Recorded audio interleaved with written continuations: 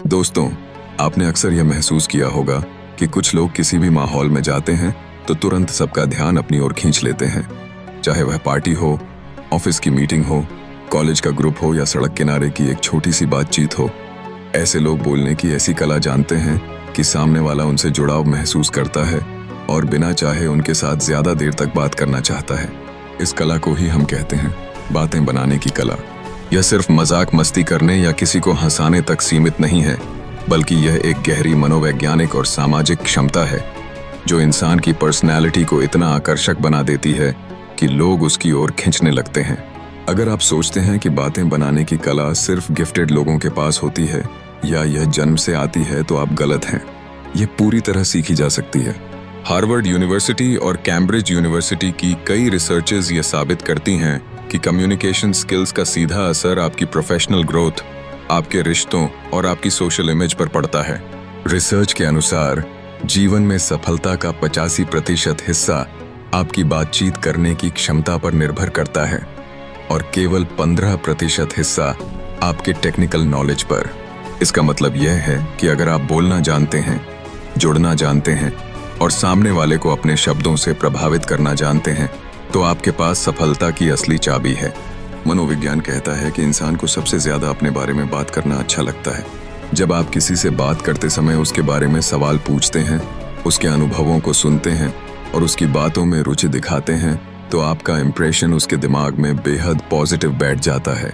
एक शोध में पाया गया कि जब लोग अपने बारे में बात करते हैं तो उनके दिमाग में वही न्यूरोलॉजिकल क्षेत्र सक्रिय हो जाते हैं जो स्वादिष्ट खाना खाने या कोई इनाम जीतने पर सक्रिय होते हैं। यानी किसी को अपने बारे में बात करने का मौका देना उसे खुशी देना है और यही एक सच्ची कनेक्शन की शुरुआत होती है। लेकिन ध्यान रखिए, बातें बनाने की कला केवल सवाल पूछने तक सीमित नहीं है, बल्कि इसमें आपकी टोन, आपका हाव भाव, आपकी आंखों का संपर्क और आपका धैर्य भी शामिल होता है। सामने वाले की बात को ध्यान से सुनना, बीच बीच में सर हिलाकर या छोटी प्रतिक्रियाओं से यह जताना कि आप सचमुच उसकी बातों में दिलचस्पी ले रहे हैं। ये छोटे छोटे इशारे आपके शब्दों से कहीं ज्यादा गहराई से असर डालते हैं। विज्ञान यह भी कहता है कि हमारी बातचीत का 55% हिस्सा हमारे बॉडी लैंग्वेज से तय होता है, 38% हिस्सा हमारी आवाज की टोन से और केवल 7% हिस्सा हमारे शब्दों से। इसका सीधा मतलब यह है कि आप चाहे कितने भी अच्छे शब्द बोलें, लेकिन अगर आपका बॉडी लैंग्वेज और टोन कमजोर है तो सामने वाला आपसे जुड़ नहीं पाएगा। इसलिए अगर आप चाहते हैं कि आपकी बातें असर करें, तो पहले अपनी बॉडी लैंग्वेज को खुला रखें, मुस्कुराना सीखें और आवाज में उतार चढ़ाव लाना सीखें। अब आइए एक मोटिवेशनल पहलू पर बात करें। अक्सर लोग कहते हैं कि उन्हें बातें बनाने में झिझक होती है। वे डरते हैं कि कहीं लोग उनकी बातों का मजाक न उड़ा दें या उन्हें इग्नोर न कर दें। लेकिन दोस्तों, याद रखिए कि महान वक्ता भी शुरुआत में सामान्य इंसान ही थे। महात्मा गांधी को बचपन में बोलने में बहुत झिझक होती थी, लेकिन उन्होंने अपनी प्रैक्टिस और दृढ़ता से अपने शब्दों की ताकत से पूरी दुनिया को हिला दिया। इसीलिए डर को अपने रास्ते में मत आने दीजिए। आप जितनी बार बातचीत करेंगे, उतना ही आपका आत्मविश्वास बढ़ेगा और धीरे धीरे आप अपनी बातों से भीड़ को अपनी ओर खींचने लगेंगे।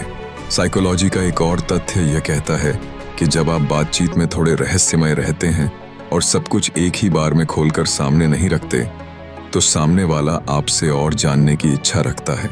यानी बातें बनाने की कला में यह भी महत्वपूर्ण है कि आप धीरे धीरे चीजें शेयर करें और सामने वाले को जुड़ाव का समय दें।